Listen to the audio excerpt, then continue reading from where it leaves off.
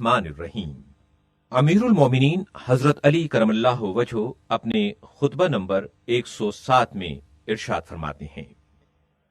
ہر چیز اس کے سامنے عاجز و سرنگوں اور ہر شے اس کے سہارے سے وابستہ ہے۔ وہ ہر فقیر کا سرمایہ، ہر ذلیل کی آبرو، ہر کمزور کی توانائی اور ہر مظلوم کی پناہ گاہ ہے۔ جو کہے اس کی بات بھی وہ سنتا ہے، جو چپ رہے اس کے بھید سے بھی وہ آگاہ ہے۔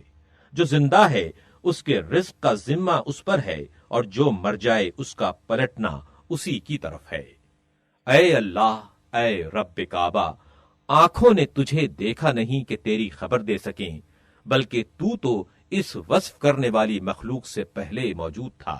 تو نے تنہائی کی وحشتوں سے اکتا کر مخلوق کو پیدا نہیں کیا، اور نہ اپنے کسی فائدے کے پیش نظر ان سے اعمال کرائے جسے تو گرفت میں لانا چاہے۔ وہ تجھ سے آگے بڑھ کر جا نہیں سکتا، اور جسے تو نے گرفت میں لے لیا پھر وہ نکل نہیں سکتا۔ جو تیری مخالفت کرتا ہے وہ ایسا نہیں کہ وہ تیری فرما روائی کو نقصان پہنچائے، اور جو تیری اطاعت کرتا ہے وہ ملک کی وسعتوں کو بڑھا نہیں سکتا، اور جو تیری قضاء و قدرت پر بگڑ اٹھے وہ تیرے امر کو رد نہیں کر سکتا، اور جو تیرے حکم سے منہ موڑ لے وہ تجھ سے بے نیاز نہیں ہو سکتا۔ ہر چھپی ہوئی چیز تیرے لیے ظاہر، اور ہر غیب تیرے سامنے بے نقاب ہے۔ تو ابدی ہے جس کی کوئی حد نہیں، اور تو ہی سب کی منزل منتہا ہے کہ جس سے کوئی گریز کی راہ نہیں، اور تو ہی وعدہ گاہ ہے کہ تجھ سے چھٹکارا پانے کی کوئی جگہ نہیں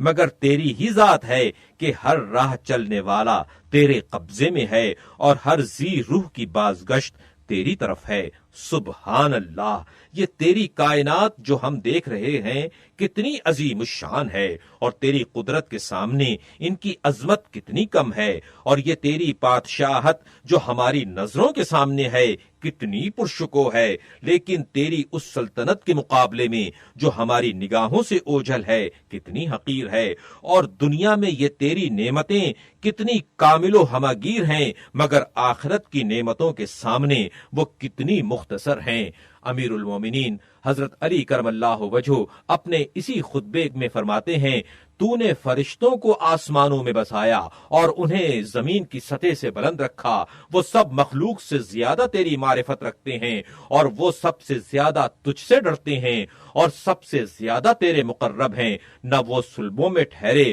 نہ شکموں میں رکھے گئے، نہ ذلیل پانی نطفے سے ان کی پیدائش ہوئی، نہ زمانے کے حوادث نے انہیں منتشر کیا۔ وہ تیرے قرب میں اپنے مقام منزلت کی بلندی اور تیرے بارے میں خیالات کی یکسوئی اور تیری عبادت کی فرما روائی اور تیرے احکام میں عدم غفلت کے باوجود اگر تیرے رازہائے قدرت کی اس تہ تک پہنچ جائیں کہ جو ان سے پوشیدہ ہے، تو وہ اپنے اعمال کو بہت ہی حقیر سمجھیں گے اور اپنے نفسوں پر حرف گیری کریں گے، اور یہ جان لیں گے کہ انہوں نے تیری عبادت کا حق ادا نہیں کیا اور نہ کما حقہ تیری اطاعت کی ہے۔ میں خالق و معبود جانتے ہوئے تیری تسبیح کرتا ہوں، تیرے اس بہترین سلوک کی بنا پر جو تیرا اپنے مخلوقات کے ساتھ ہے۔ تو نے ایک ایسا گھر جنت بنایا ہے کہ جس میں مہمانی کے لیے کھانے پینے کی چیزیں، حوریں،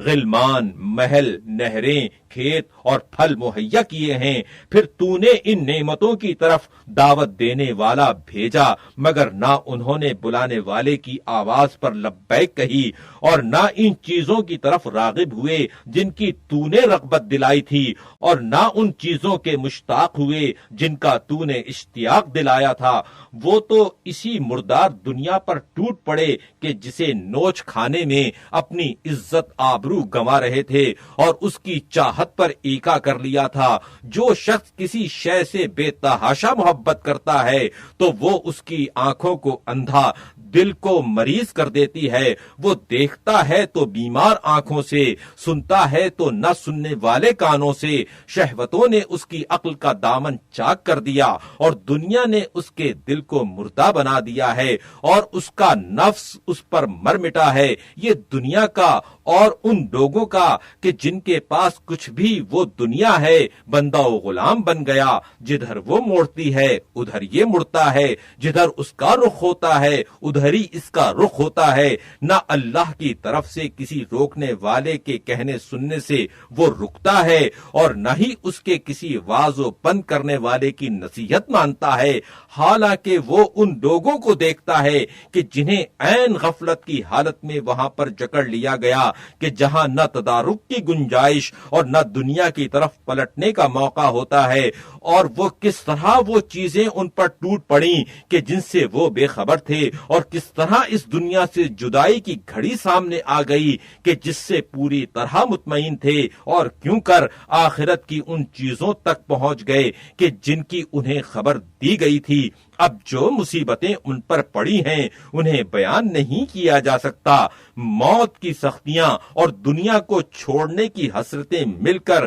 انہیں گھیرے لیتی ہیں، چنانچہ ان کے ہاتھ پیر ڈھیلے پڑ جاتے ہیں اور رنگتیں بدل جاتی ہیں، پھر ان کے اعضاء میں موت کی دخل اندازیاں بڑھ جاتی ہیں۔ کوئی ایسا ہوتا ہے کہ پہلے اس کی زبان بند ہو جاتی ہے، در صورت یہ کہ اس کی عقل درست اور ہوش و حواس باقی ہوتے ہیں۔ وہ اپنے گھر والوں کے سامنے پڑا ہوا اپنی آنکھوں سے دیکھتا ہے اور اپنے کانوں سے سنتا ہے، اور ان چیزوں کو سوچتا ہے کہ جن میں اس نے اپنی عمر گنوا دی ہے اور اپنا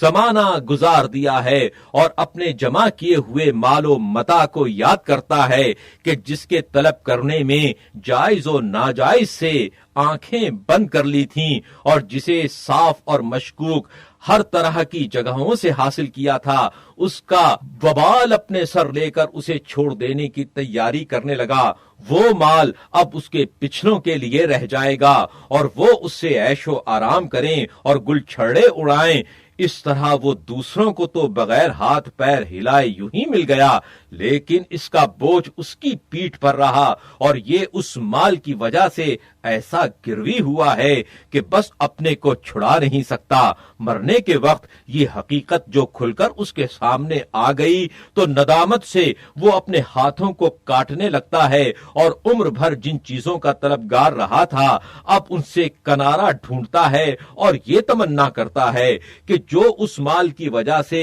اس پر رشک اور حسد کیا کرتے تھے، کاش کہ وہی اس مال کو سمیٹتے۔ اب موت کے تصرفات اس کے جسم کی طرف بڑھ رہے ہیں، یہاں تک کہ زبان کے ساتھ ساتھ کانوں پر بھی موت چھا گئی۔ گھر والوں کے سامنے اس کی یہ حالت ہوتی ہے کہ نہ زبان سے بول سکتا ہے، نہ کانوں سے سن سکتا ہے، آنکھیں گھما گھما کر ان کے چہروں کو تکتا ہے، ان کی زبانوں کی جنبشوں کو دیکھتا ہے، لیکن بات چیت کی آوازیں نہیں سن پاتا۔